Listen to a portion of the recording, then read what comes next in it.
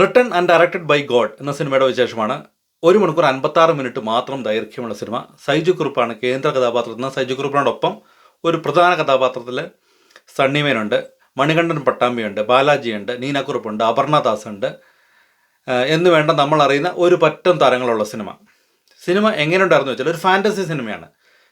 സൈജു കുറുപ്പ് അവതരിപ്പിക്കുന്ന കഥാപാത്രം ഒരു ഫിലിം ഡയറക്ടറാണ്. ഫിലിം ഡയറക്ടറിൻ്റെ ആദ്യത്തെ സിനിമ ഹിറ്റാവുന്നു.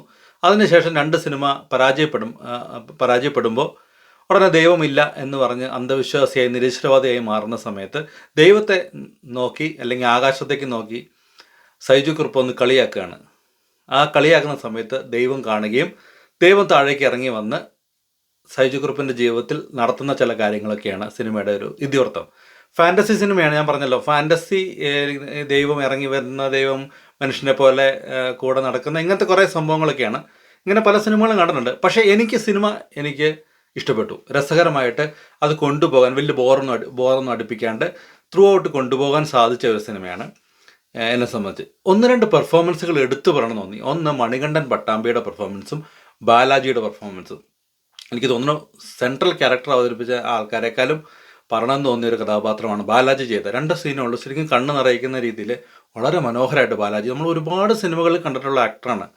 പക്ഷെ ബാലാജിക്ക് എന്ത് കിടിലം ആക്ടറാണെന്ന് ഞാൻ ആലോചിക്കുന്നത്. അടിപൊളിയായിട്ട്. മണികണ്ഠൻ പട്ടാമ്പി അതുപോലെ തന്നെ എന്ത് നാച്ചുറലായിട്ടാണ് ചെയ്യുന്നത്. ഇവർ രണ്ടുപേരും ക്ലാസ് ആയിട്ട് ചെയ്തിട്ടുണ്ട്.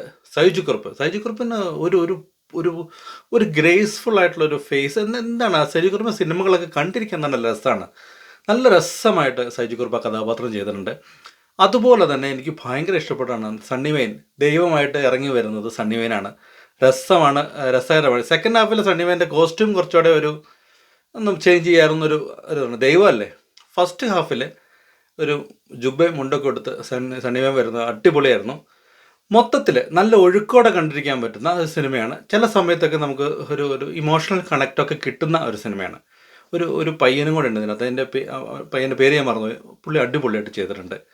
ഒരുപാട് നല്ല പെർഫോമൻസുകളുള്ള, ഒരുപാട് ഭയങ്കര എക്സ്പെക്റ്റേഷൻസ് ഒന്നും ഇല്ലാണ്ട് കണ്ടാൽ, നിങ്ങൾക്ക് ഭയങ്കര വലിയ വയലൻസോ അങ്ങനെയൊന്നും ഇല്ലാണ്ട് സിമ്പിളായിട്ട് കണ്ടിരിക്കാൻ പറ്റുന്ന ഒരു ചെറിയ സിനിമയാണ് ഫെബി ജോർജ് സംവിധാനം ചെയ്ത written and directed by God. എനിക്ക് ഈ ഫാൻറ്റസി സിനിമകൾ ഇഷ്ടപ്പെടുന്നതുകൊണ്ടായിരിക്കാം ചിലപ്പോൾ ഇത് ഇഷ്ടപ്പെടാൻ കാരണം. എല്ലാവർക്കും ഇത് ചിലപ്പോൾ കണക്റ്റായി. ഫാൻറ്റസി ഒന്നും ചിലപ്പോൾ ലോജിക്ക് ഇല്ല എന്ന് പറഞ്ഞ് വന്നു കഴിഞ്ഞാൽ ഒന്നും പറഞ്ഞിട്ട് കാര്യമില്ല. പക്ഷേ എൻ്റെ കാഴ്ചപ്പാടിൽ എനിക്ക് ഒരു നോർമൽ പ്രേക്ഷകൻ എന്നുള്ള രീതിയിൽ എനിക്ക് സിനിമ രസകരമായിട്ട് വന്ന പോലെ തോന്നി. അപ്പോൾ നിങ്ങൾക്ക് വീക്കെൻഡൊക്കെ ഒന്ന് കണ്ടു നോക്കാൻ പറ്റുന്ന സിനിമയാണ്. അപ്പോൾ കണ്ടു നോക്കൂ, കണ്ടിട്ട് വിശേഷങ്ങൾ അറിയിക്കൂ. മറ്റൊരു സിനിമയുടെ വിശേഷമായിട്ട് വേറെ ദിവസം വരാം. Thank you for watching my videos and thank you for all the support and by.